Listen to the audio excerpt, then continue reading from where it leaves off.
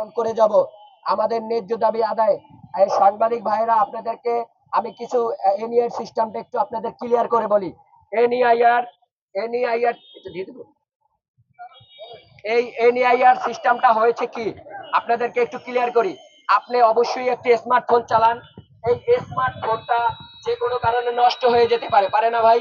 যে কোনো কারণে পানিতে পড়ে যেতে পারে, যে কোনো কারণে ভেঙে যেতে পারে। আপনি যদি এখন আপনার এই ফোনটা ভেঙে যায় বা নষ্ট হয়ে যায়, তাৎক্ষণিকভাবে আপনি এই এই আপনার যে ব্যবহৃত সিমটি অন্য একটি ফোনে ঢুকাবেন, নেটওয়ার্ক আসবে না। কেন আসবে না? আপনার এই সিমটি যে ফোনটি নষ্ট হয়েছিল ওইটির ভিতরে আপনার অ্যাক্টিভ করে রেখেছিল। যদি কোনো কারণে আপনার সেটটি নষ্ট হয়ে যায়, আপনার এই সিমটি অন্য সেটে ঢুকে গেলে নেটওয়ার্ক আসবে না। এবং আপনি যে সকল ব্যাংকের সফটওয়্যার বা আপনি যে সকল ব্যাংকের অ্যাপস গুলা চালান, এই অ্যাপস গুলা তাৎক্ষণিক আপনি ইনস্টল করতে পারবেন না। সেক্ষেত্রে আপনার কি করতে হবে?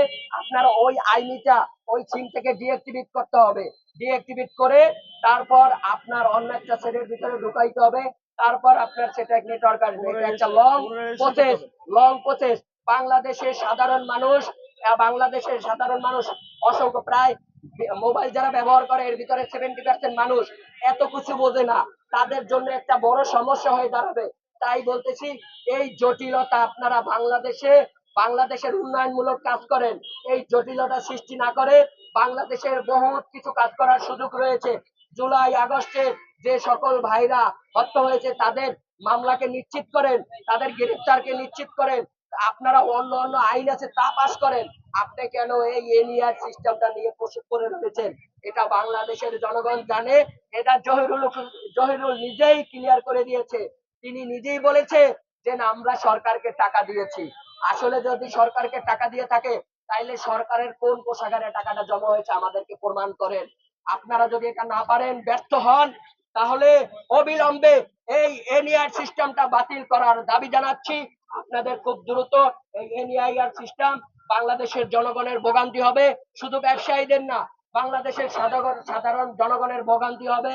এবং আমাদের সকল ডাটা অন্য দেশে চলে যাওয়ার সম্ভাবনা রয়েছে। তাই আমরা বলতেছি অতি দ্রুত এই এনআইআর সিস্টেমটা বাতিল করুন। বাতিল করে সকল মানুষের মোবাইল ব্যবহার করার জন্য সহজ পন্থা অবলম্বন করার চেষ্টা করুন। ধন্যবাদ সকলকে, ধন্যবাদ সকল সাংবাদিক ভাইকে।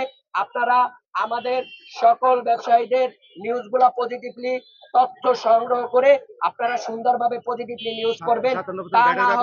তা না হলে আপনারা জানেন আমরা যারা